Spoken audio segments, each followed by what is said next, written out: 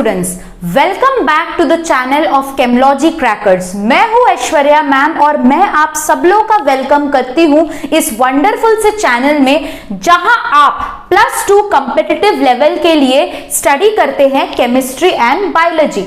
तो आज मैं आपके लिए कौन सा सेशन लेके आई हूं? आज मैं जो सेशन लेके आई हूं ये आपका जेनेटिक्स का सेशन है। आज के सेशन में हम नॉन मेंडलिज्म को स्टार्ट करने वाले हैं। ओके, लास्ट क्लास तक हमने बहुत अच्छे से मेंडलिज्म को कंप्लीट कर लिया था। हमने मोनोहाइब्रिड क्रॉस, डाईहाइब्रिड क्रॉस, सबके रेशियो, आप डाईहाइब्रिड क्रॉस को मोनोहाइब्रिड क्रॉस से कैसे निकाल सकते हो, या फिर आपके पास जितने भी जो भी आपको क्रॉस दिया रहे आप किस तरीके से एक शॉर्ट ट्रिक से उसको कर सकते हो, ये सब हमने लास्ट वीडियो तक स्टडी किया था। इनफैक्ट हमने law of dominance, law of segregation, law of independent assortment को भी अच्छे से देख लिया था। तो आज के क्लास में आज हम क्या स्टडी करने वाले हैं? Today we are going to start with non Mendelian era.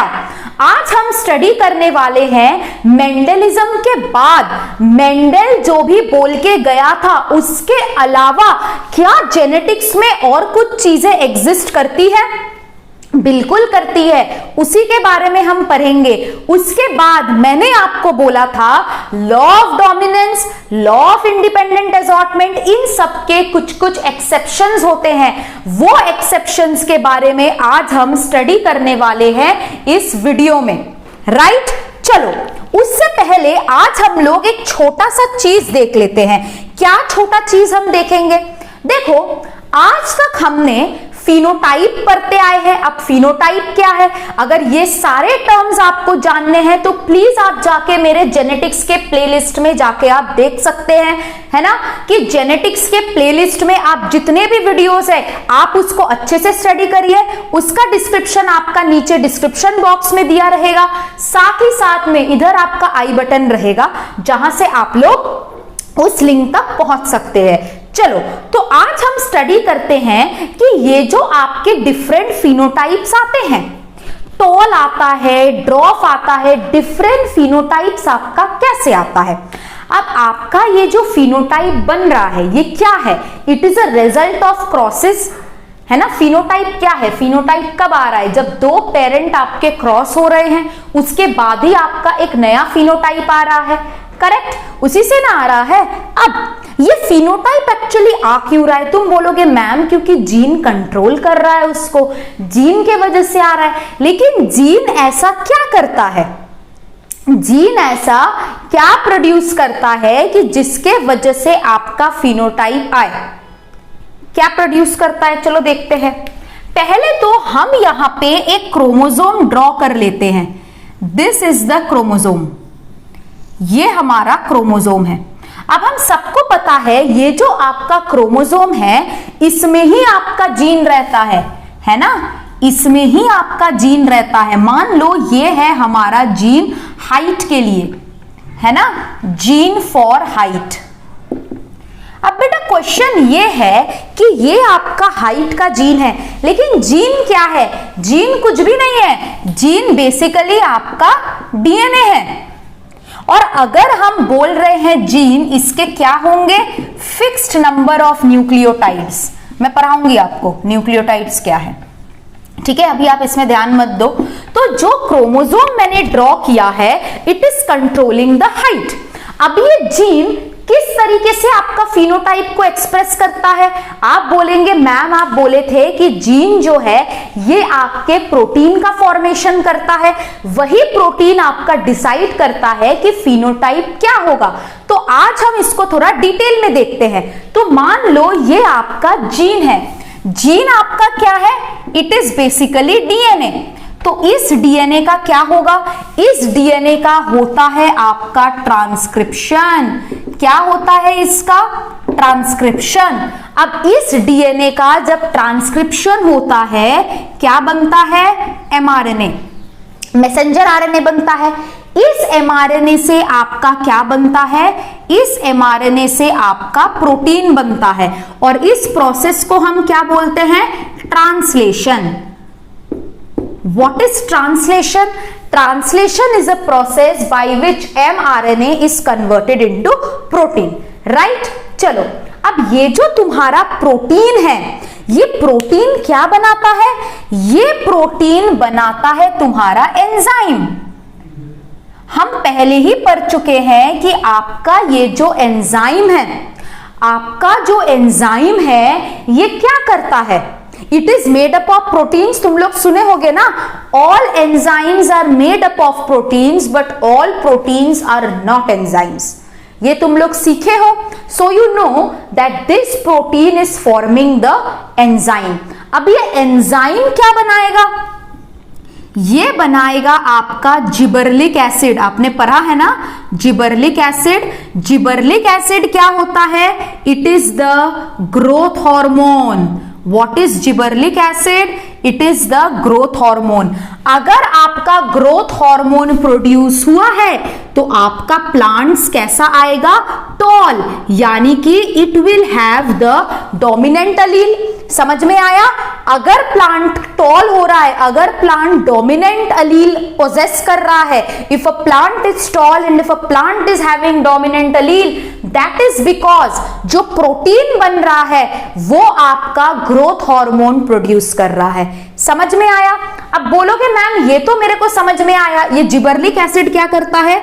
Internodal elongation, है ना, नोड्स, इंटरनोड्स का एलोंगेशन में हेल्प करता है, जिसके वजह से प्लांट की हाइट बढ़ती है। ऑलराइट, अब तुम बोलोगे मैम ये तो मेरे को समझ में आया कि जो जीन है, एक प्लांट में जीन है, वो ट्रांसलेशन करके प्रोटीन बनाया, वो प्रोटीन आपका एंजाइम बनाया। और अगर तुम्हारा एंजाइम और हार्मोन का प्रोडक्शन हो रहा है तो प्लांट टॉल है। इसका मतलब जब प्लांट ड्रॉप होता है जिबरलिक एसिड कम प्रोड्यूस होता है। मैं बोलूंगी हाँ, लेकिन ये कैसे हो रहा है? तो ये जो तुम्हारा ग्रोथ जो जीन है, which is the height gene, है ना, जो तुम्हारा हाइट का जीन है उसमें हो जाता है म्यूटेशन। म्यूटेशन मतलब जीन जो है थोड़ा चेंज हो जाता है। There is a change. जो तुम्हारा हाइट का जीन है उसमें म्यूटेशन हो जाता है। तो अगर उसमें म्यूटेशन हो रहा है, क्या वो यही वाला आरएनए प्रोड्यूस करेगा? नहीं, वो दूसरा वाला आरएनए प्रोड्यूस करेगा। It will not produce the same RNA as tallness. क्या वो सेम प्रोटीन प्रोड्यूस करेगा? नहीं, वो अलग प्रोटीन प्रोड्यूस करेगा। जो टॉलनेस का प्रोटीन था वो प्रोड्यूस नहीं करेगा। अब ये जो प्रोटीन है, ये जो एंजाइम चेंज हो जाएगा, वो एंजाइम नहीं करेगा, एंजाइम चेंज। तो जिबरलिक एसिड कैसा हो जाएगा? जिबरलिक एसिड आपका कम हो जाएगा। जिबरलिक एसिड क्या हो जाएगा? जिबरलिक एसिड आपका कम हो जाएगा। और ये जिबरलिक एसिड क्या होगा? अगर जिबरलिक एसिड प्रोड्यूस नहीं होगा, so the plant will be short. अगर जिबरलिक एसिड तुम्हारा ग्रोथ हार्मोन है, अगर प्रोटीन में इधर जो प्रोटीन बन रहा था, it was favouring the formation of growth hormone, but यहां पे जो प्रोटीन बना, it is not favouring the formation of growth hormone. तो अगर ग्रोथ हार्मोन नहीं बनेगा तो प्लांट क्या होगा? ड्रॉप। अगर तुम्हारा ग्रोथ हार्मोन बनेगा, प्लांट क्या होगा? टॉल। क्लियर है? So this is how phenotype is controlled by gene. कोई भी फिनोटाइप है, हमारे पास डिफरेंट फिनोटाइप कैसे आता है? क्योंकि जीन चेंज होता है, जीन में म्यूटेशन होता है, जिसके वजह से उसका एक दो बेसिस चेंज हो जाता है। अब जीन में जो ये एक दो बेसिस चेंज हो जाता है, इसके वजह से ही तुम्हारा फिनोटाइप में भी चेंज होता है। समझ में आया सबको कि जीन में अगर 2-3 बेस में चेंज हो जाता है उसको म्यूटेशन बोलते हैं। इसी म्यूटेशन के वजह से तुम्हारे डिफरेंट फिनोटाइप्स प्रोड्यूस होते हैं। There is production of different phenotypes. I hope I am clear with this. अब हम लोग स्टार्ट करेंगे पोस्ट मेंडेलियन एरा। अब हम लोग स्टार्ट, तो मेंडलिज्म हम पढ़ लिए, अब हम लोग पढ़ेंगे कि मेंडल से बाद, मेंडल के बाद क्या क्या चीजें आई आपकी। ठीक है, चलो देखते हैं।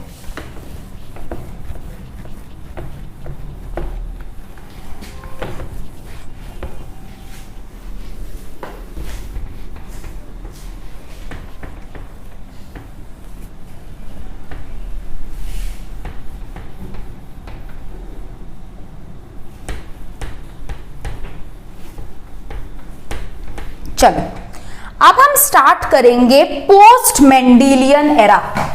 ठीक है, पोस्ट मेंडेलियन एरा। अब हम यहां पे कुछ ऐसी चीजें पढ़ेंगे जो मेंडलिज्म में हम नहीं स्टडी किए थे। यहां पे हम कुछ ऐसी चीजें पढ़ेंगे जो मेंडल के लॉ को बिल्कुल फॉलो नहीं करता। मेंडल जो भी बोल के गया था जस्ट उसके ऑपोजिट होता है। तो पोस्ट मेंडेलियन एरा में पहले हमें दो चीजें सीखनी है। पहला नंबर है जीन इंटरैक्शन, है ना। कितने टाइप के जीन इंटरैक्शन होते हैं? What are the types of gene interaction? पहला है एलीलिक जीन इंटरैक्शन या फिर इंट्राजेनिक इंटरैक्शन। पहला क्या है? एलीलिक जीन इंटरैक्शन और इंट्राजेनिक इंटरैक्शन। अब इंट्राजेनिक इंटरैक्शन, अब ये एलीलिक जीन इंटरैक्शन का क्या मतलब है? What is the meaning of allelic gene interaction?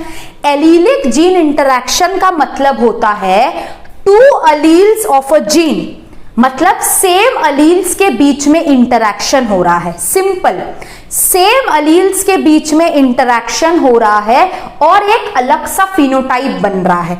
ठीक है, देखो यहां पे एक क्रोमोसोम है, ठीक है ना। एलील्स हमारे पैर में रहता है ना, तो मान लो यहां पे कैपिटल ए है, यहां पे स्मॉल ए है। तो ये जो है एलील्स है ना, ए और ए एलील्स है of a same character, alleles of the same character, है ना। तो ये जो कैपिटल ए और स्मॉल ए के बीच में जो इंटरैक्शन होगा इसको हम एलीलिक जीन इंटरैक्शन बोलते हैं। मतलब सेम जीन के एलील्स के बीच के इंटरैक्शन को हम एलीलिक जीन इंटरैक्शन बोलते हैं। एक जीन है विच इज सेम, उनके दो एलील्स के बीच में हम क्या बोलते हैं? इन एलीलिक इंटरैक्शन। तो हम क्या लिख सकते हैं? Two alleles of a gene interact in such a way to produce a different phenotype as that of normal dominant recessive। ये तुम लोग समझ जाओगे अभी जब मैं पढ़ाना शुरू करूंगी। तो इसका डेफिनेशन हम क्या लिखेंगे? Two alleles of a gene, same gene है, two alleles of a gene interact in such a way that they produce a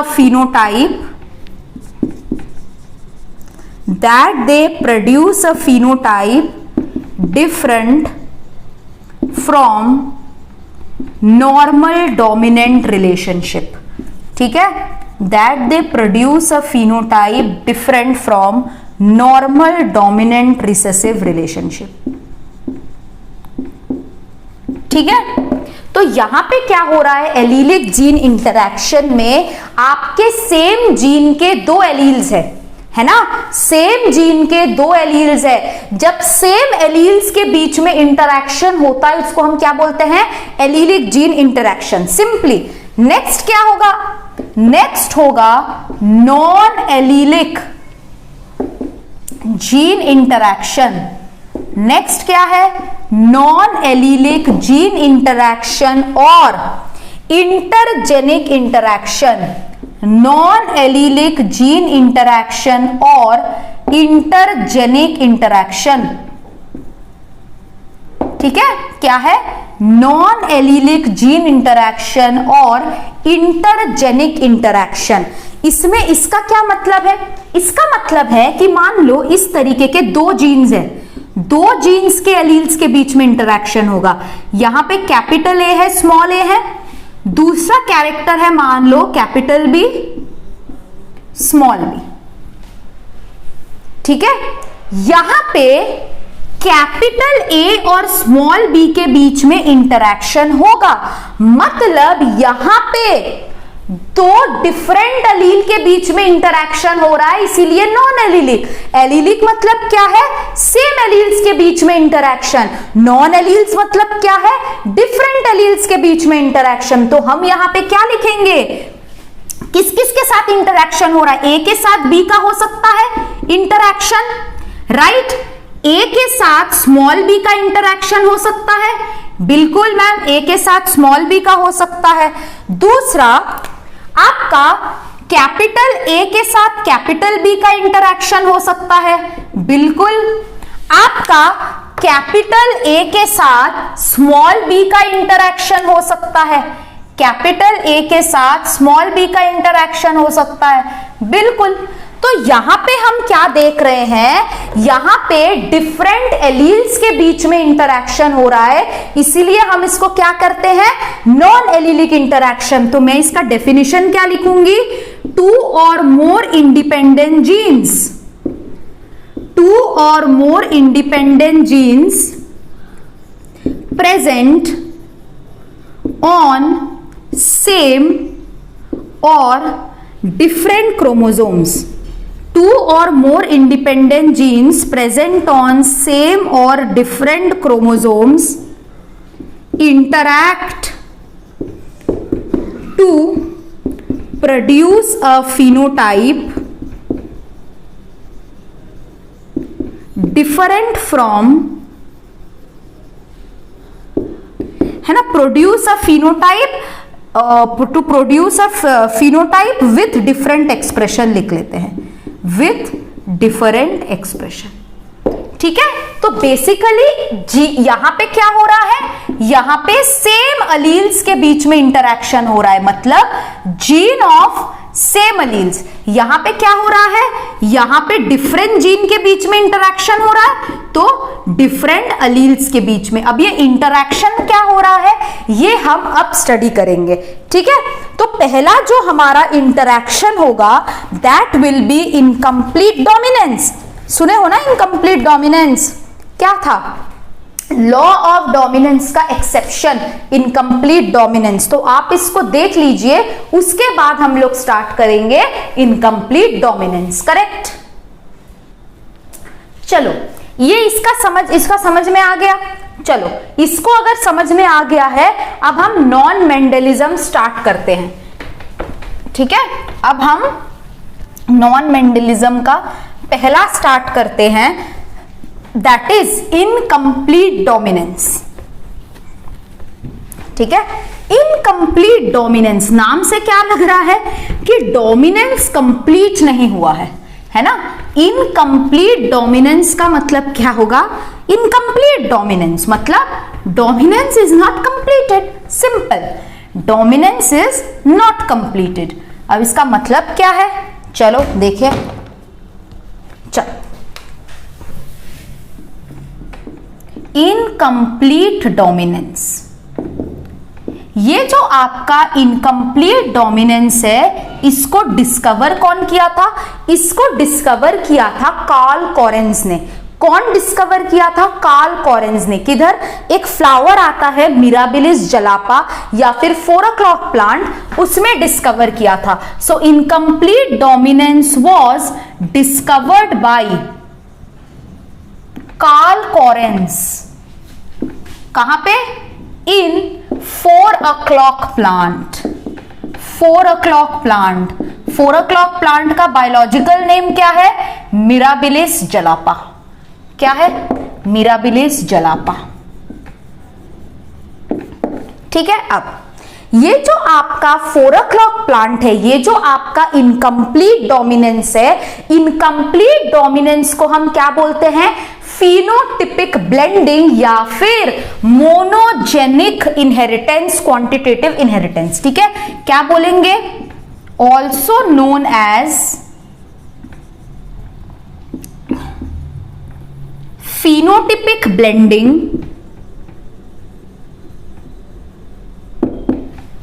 और मोनोजेनिक क्वांटिटेटिव इनहेरिटेंस। इसका मतलब क्या है?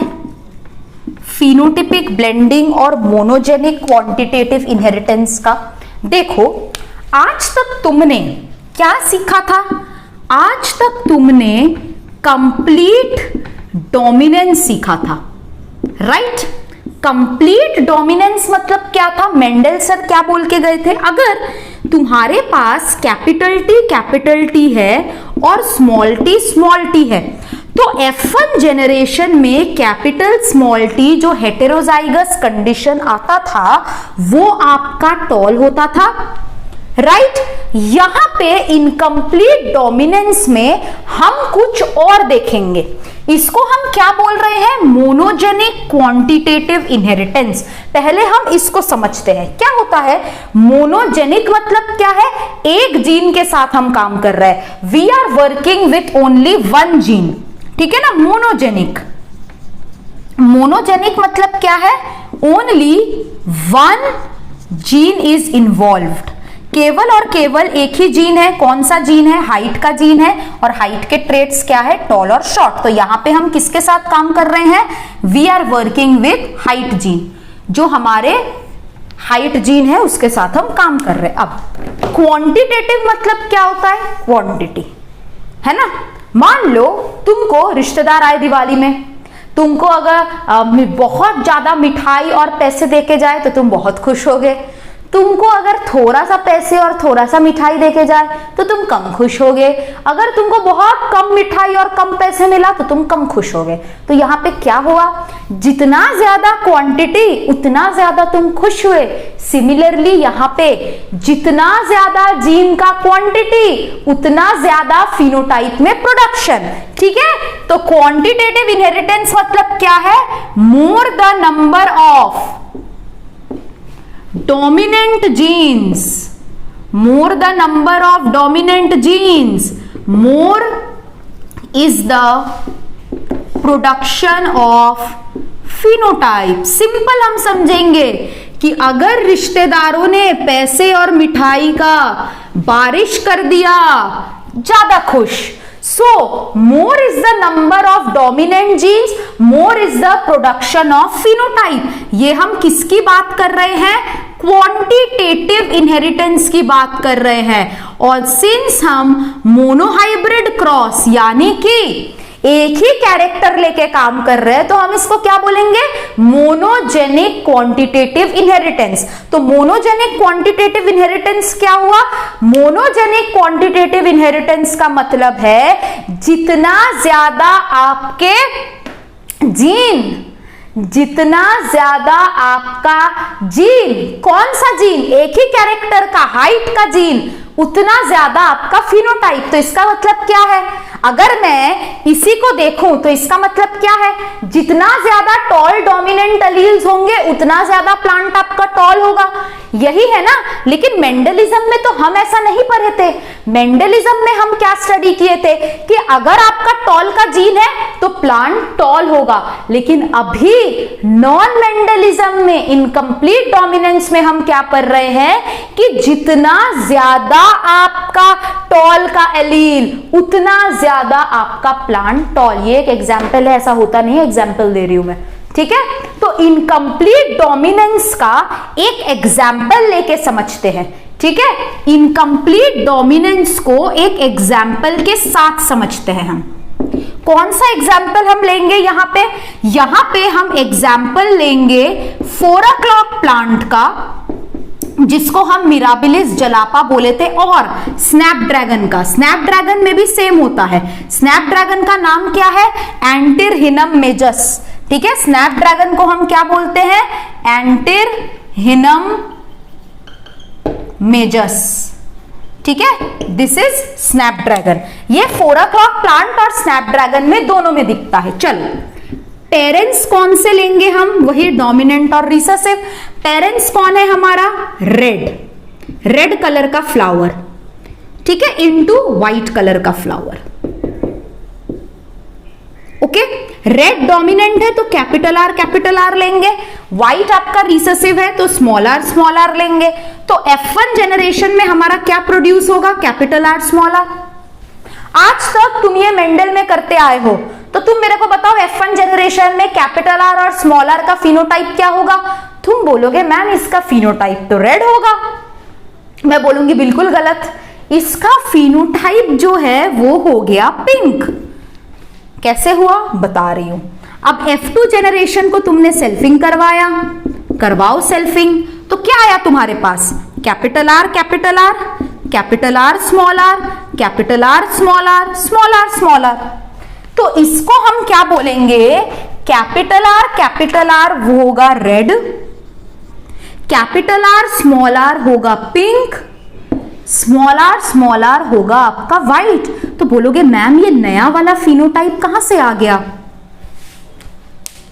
ये नया वाला फिनोटाइप मैम आया कहां से, ये किसका एग्जाम्पल है, यहां पे कैपिटल आर और स्मॉल आर के बीच में इंटरैक्शन हो रहा है, तो ये आपका क्या है, ये आपका एलीलिक इंटरैक्शन है कि नहीं, ये आपका क्या है, एलीलिक इंटरैक्शन है ना, दोनों सेम एक ही जीन के एलील्स के बीच में इंटरैक्शन हो रहा है।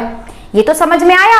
अब समझते हैं कैपिटल आर और स्मॉल आर। सबसे पहले मैंने क्या बताया था कि जितना नंबर ऑफ डोमिनेंट एलील उतना ज्यादा फिनोटाइप प्रोड्यूस होगा। तो इसको हम अच्छे से एकदम इजी में समझते हैं। रेड फ्लावर में 2 डोमिनेंट एलील थे, रेड फ्लावर में 2 डोमिनेंट एलील थे, तो कलर जो है वो और ज्यादा डीप प्रोड्यूस हुआ, राइट।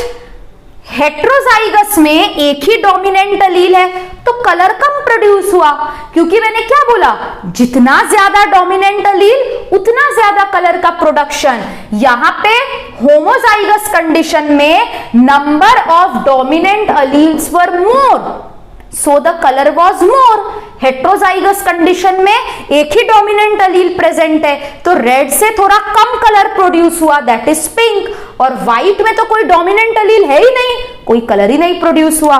समझ में आया। So this is incomplete dominance. तो हम इसको अच्छे से समझते हैं।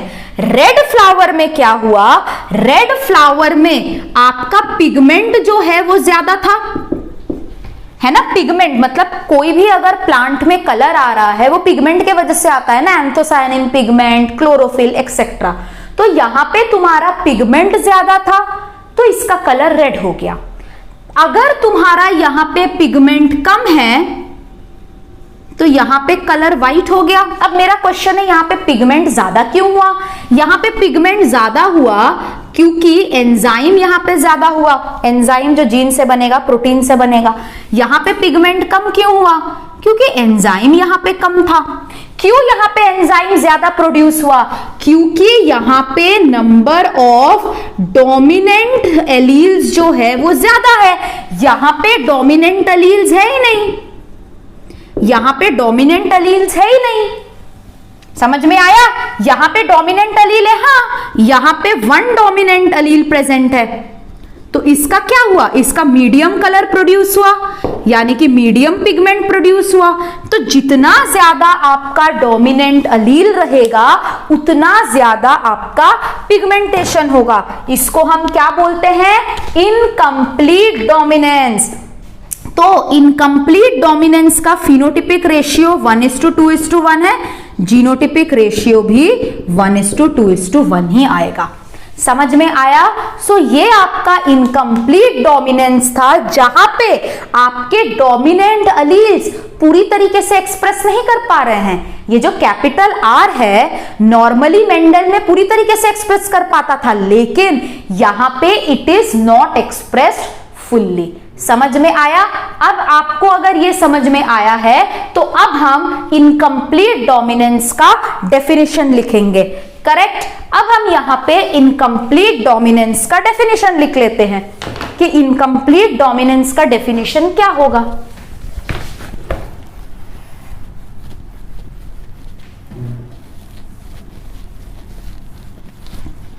ठीक है। तो क्या डेफिनेशन होगा? बोलोगे मैम जब यहां पे दो डोमिनेंट अलील प्रेजेंट होते हैं तब यहां पे फिनोटाइप बहुत इंटेंस होता है, फिनोटाइप बहुत ज्यादा होता है, लेकिन डोमिनेंट अलील्स के कम हो जाने से फिनोटाइप भी यहां पे कम प्रोड्यूस होता है। तो मैं बोलूंगी एकदम करेक्ट है, राइट। चलो इसका डेफिनेशन लिख के इसके और एग्जाम्पल्स देखते हैं। चलो इसका क्या डेफिनेशन हम लिखेंगे? इसका डेफिनेशन हम लिखेंगे कि द फिनोमेना, है ना, द फेनोमेना वेयर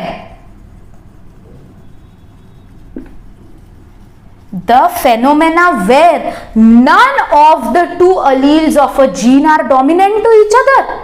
यहां पे कोई डोमिनेंस की बात ही नहीं है कि कैपिटल आर अगर प्रेजेंट होगा तो टॉल ही होगा, नहीं, कैपिटल आर अगर एक बार प्रेजेंट रहेगा तो वो प्लांट थोड़ा कम टॉल होगा। तो हम क्या लिखेंगे? The phenomena where none of the two alleles of a gene, the phenomena where none of the two alleles of a gene are dominant to each other। ठीक है, they are not dominant to each other। ठीक है, the phenomena where none of the two alleles of a gene are dominant to each other so that when both are present, so that when both of them are, क्या हो रहा है? जब both of them present हो रहा है तब एक नया फिनोटाइप हो रहा है। so that when both of them are present they produce a new phenotype, है ना। ऐसा एक फिनोटाइप का प्रोडक्शन हो रहा है जिससे जो आपका नॉर्मल डोमिनेंट रिसेसिव रिलेशनशिप का नहीं है, है ना। क्या हो रहा है? नॉर्मल डोमिनेंट रिलेशनशिप में तो हमने पढ़ा है कि अगर डोमिनेंट अलील प्रेजेंट है चाहे दो बार चाहे एक बार सेम फिनोटाइप हो रहा है, इधर नहीं हो रहा है। अगर दो डोमिनेंट अलील है तो कुछ और कलर मिल रहा है, अगर एक डोमिनेंट अलील है तो हमें कुछ और कलर मिल रहा है। ठीक है, सो इनकम्प्लीट डोमिनेंस में क्या होता है? In incomplete dominance dominant allele is not fully dominant and recessive allele. So F1 generation में हमें एक इंटरमीडिएट फिनोटाइप मिल रहा है। तो हम क्या लिखेंगे? In incomplete dominance, in incomplete dominance क्या होता है? Dominant allele is not fully dominant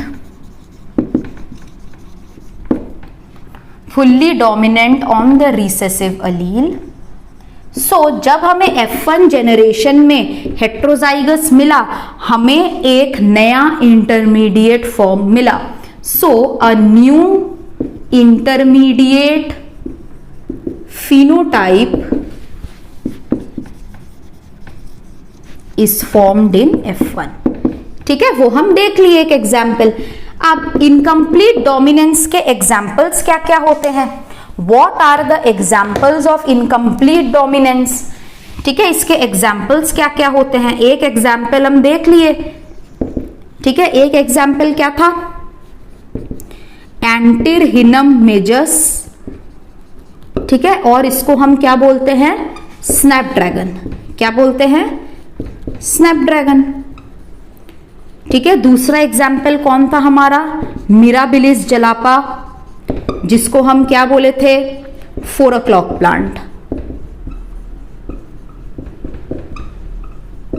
right, next हमारा क्या एग्जाम्पल है? Starch branching enzyme. ये मैं पढ़ाऊंगी आपको। ठीक है, ये हम कोडोमिनेंस के बाद पढ़ेंगे। For round and wrinkled seeds. ठीक है, नेक्स्ट एग्जाम्पल क्या है? Leaf shape. और लास्ट एग्जाम्पल है आपका एंडालूसियन फाउल्स। ठीक है, तो ये आपके कुछ एग्जाम्पल्स है जिसमें हम इनकम्प्लीट डोमिनेंस को स्टडी करने वाले हैं। क्लियर है यहां तक सबको समझ में आया? तो चलो हम लोग एक एक करके इसके एग्जाम्पल्स देख लेते हैं।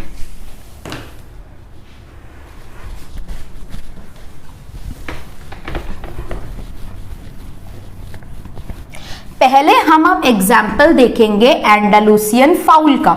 स्टार्च ब्रांचिंग एंजाइम में कोडोमिनेंस के साथ पढ़ाऊंगी नेक्स्ट क्लास में, ठीक है। तो पहले हम एंडालुसियन फाउल का देखेंगे और लीफ शेप का देखेंगे। चलो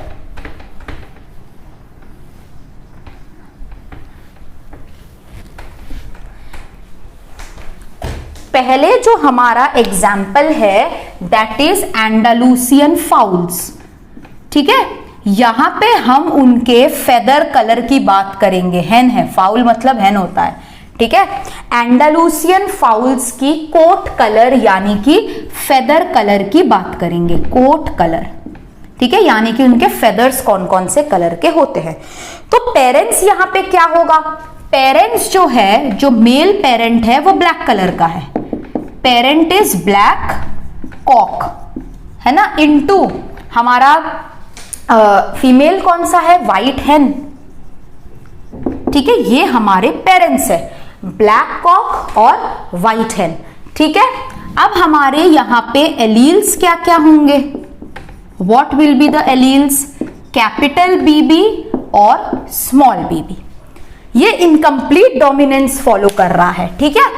यहां पे कैपिटल बीबी है, मतलब यहां पे आपके डोमिनेंट अलील ज्यादा है, यस और नो? तो डोमिनेंट अलील अगर ज्यादा है, यहां पे इंटेंस कलर प्रोड्यूस हुआ है through pigment, intense colour produce हुआ है क्योंकि जो एंजाइम आपका पिगमेंट बना रहा था वो ज्यादा है, क्योंकि आपके डोमिनेंट अलील ज्यादा है। डोमिनेंट अलील अगर ज्यादा है तो इंटेंस कलर, यहां पे क्या होगा? क्या यहां पे डोमिनेंट अलील है? बोलोगे नहीं मैम, कम है डोमिनेंट अलील। तो यहां पे कलर क्या है? कलर कम है। कलर क्यों कम है? क्योंकि एंजाइम प्रोडक्शन कम हुआ है। एंजाइम प्रोडक्शन कम हुआ है तो पिगमेंट भी कम है, सिंपल। अब F1 जनरेशन में हमें क्या मिलेगा? F1 जनरेशन में हमें मिलेगा कैपिटल बी और स्मॉल बी। इसमें कितने डोमिनेंट अलील है? इसमें डोमिनेंट अलील जो है एक है। इसमें अगर डोमिनेंट अलील एक है तो इसमें इंटरमीडिएट कलर प्रोड्यूस होगा। इसमें कौन सा कलर प्रोड्यूस हुआ है? ये ब्लू कलर, ठीक है। अब F2 जनरेशन में हम क्या करेंगे? इन दोनों का सेल्फिंग करेंगे। क्या मिलेगा? Capital B B, capital B small B, capital B small B, small B small B. Capital B का कलर क्या होगा? Capital B will be black, ये दोनों क्या होगा? ब्लू, ये सॉरी ये दोनों, हाँ राइट, ब्लू, और ये दोनों क्या होगा? व्हाइट। तो यहां पे हमारा फिनोटिपिक रेशियो फिर से कितना आया? फिनोटिपिक रेशियो इज 1:2:1 और जीनोटिपिक रेशियो क्या है? 1:2:1, ठीक है। ये हमारा एंडालुसियन फाउल का एग्जाम्पल था। अब एंडालुसियन फाउल के बाद हम बात करेंगे लीफ शेप की। Shape of leaf, leaf shape, ठीक है। लीफ शेप में हम पेरेंट्स किसको ले लेंगे? लीफ शेप में हम पेरेंट्स ले लेंगे ब्रॉड, है ना, ब्रॉड लीफ शेप मतलब चौड़ा, नॉर्मल, ठीक है। अब इसके एलील्स क्या क्या होंगे? इसके एलील्स हम क्या क्या ले लेंगे? Capital B, small B, small B, ठीक है। F1 जनरेशन में कैपिटल बी स्मॉल बी होगा। फिर से हम इसका एक्सप्लेनेशन कैसे लिख सकते हैं? लीफ शेप बड़ा है। लीफ शेप यहां पे ब्रॉड क्यों है? क्योंकि यहां पे डोमिनेंट अलील जो है वो ज्यादा है, इसीलिए एंजाइम या फिर ग्रोथ वाला एंजाइम ज्यादा प्रोड्यूस हुआ है। यहां पे डोमिनेंट अलील एब्सेंट है तो हम क्या लिखेंगे? डोमिनेंट यहां पे कम है तो यहां पे एंजाइम का प्रोडक्शन कम हुआ है, तो यहां पे नॉर्मल शेप का है। इधर क्या है? इधर आपका डोमिनेंट अलील कितने प्रेजेंट है? एक, है ना। यहां पे आपका डोमिनेंट अलील कितने प्रेजेंट है? एक। तो यहां पे एंजाइम कैसा प्रोडक्शन हुआ है? एंजाइम का थोड़ा सा, एवरेज। तो इसका शेप कैसा होगा? इसका शेप होगा मीडियम साइज्ड। इसका शेप कैसा होगा? Medium sized, simple medium sized leaf. ठीक है, मीडियम साइज लीफ। अब F2 जनरेशन में आओ। F2 जनरेशन में क्या होगा? Capital B small B into capital B small B. ठीक है, क्या आएगा?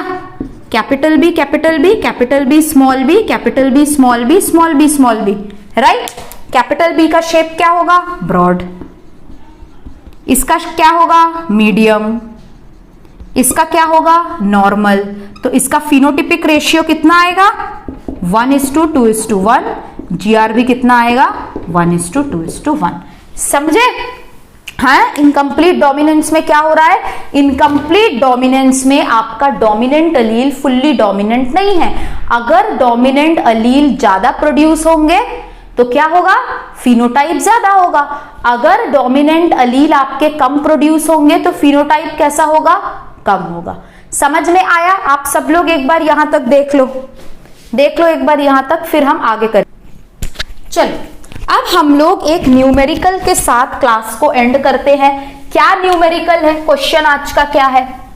इन 4 o'clock प्लांट, ठीक है, क्वेश्चन क्या है?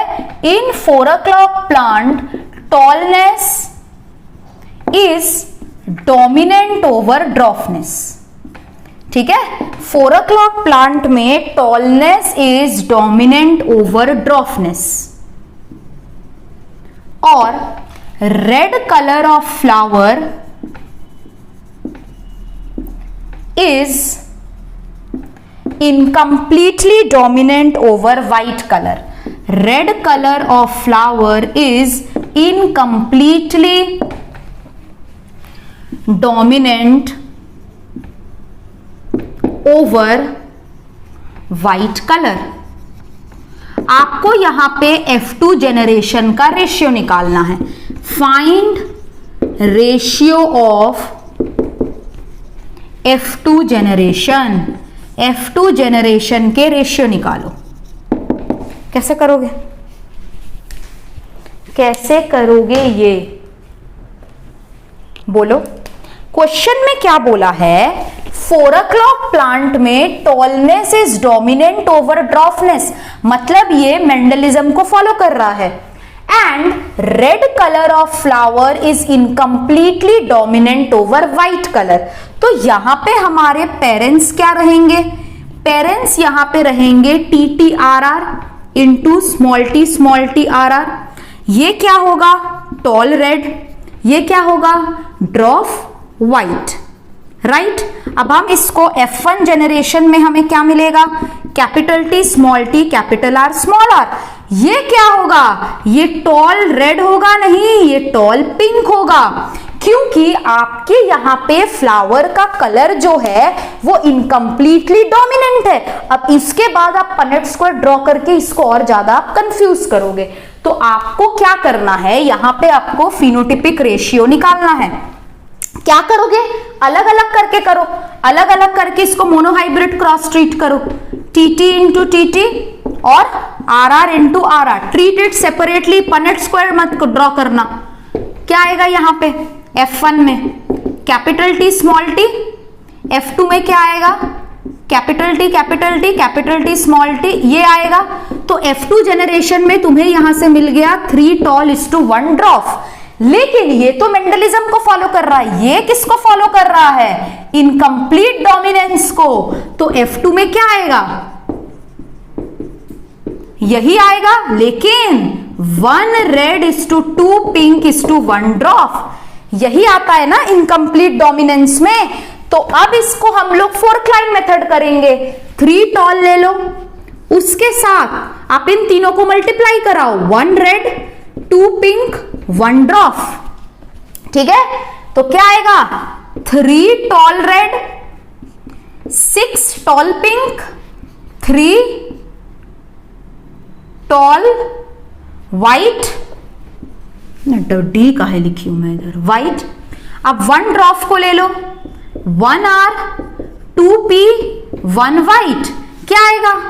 1 ड्रॉप रेड 2 ड्रॉप पिंक और 1 ड्रॉप व्हाइट। तो इसका फिनोटिपिक रेशियो कितना आएगा? इसका फिनोटिपिक रेशियो आएगा 3:6:3:1:2:1। इसका जीनोटिपिक रेशियो कितना आएगा? जीनोटिपिक रेशियो बिल्कुल सेम आएगा, कोई बदलाव नहीं होगा, क्योंकि इसमें जीनोटाइप में कोई चेंज नहीं हो रहा है, हमारा बस यहां पे फिनोटाइप में चेंज हो रहा है। तो जीनोटिपिक रेशियो सेम रहता है, चेंज केवल किसमें आता है? फिनोटिपिक रेशियो में, क्योंकि यहां पे क्या हो रहा है? All interactions occur eight protein level. तो यहां पे सारे इंटरैक्शन प्रोटीन लेवल में हो रहे हैं, तो आपका फिनोटाइप चेंज हो रहा है, जीनोटाइप बिल्कुल सेम रह रहा है। तो जीनोटाइप अगर सेम रह रहा है तो जीनोटिपिक रेशियो भी सेम होगा। आप इसका जब पनेट स्क्वायर ड्रॉ करोगे, इसको आप सेल्फिंग करवाओगे, जीनोटाइप आपका वही निकलेगा, बस आपके फिनोटाइप में चेंज आ रहा है। ठीक है, आई होप आपको इनकम्प्लीट डोमिनेंस जो हमारा नॉन मेंडलिज्म का पहला टॉपिक था वो आप सबको अच्छे से समझ में आ गया है। अब हम नेक्स्ट क्लास में कोडोमिनेंस को स्टार्ट करेंगे, येट विथ अनदर, पहले तो कंसेप्ट बूस्टर कर लेंगे नेक्स्ट क्लास का। तो आप इनकम्प्लीट डोमिनेंस को अच्छे से देख के आइए, और अगर आपको लेक्चर पसंद आता है तो kindly please like, share and subscribe. Thank you.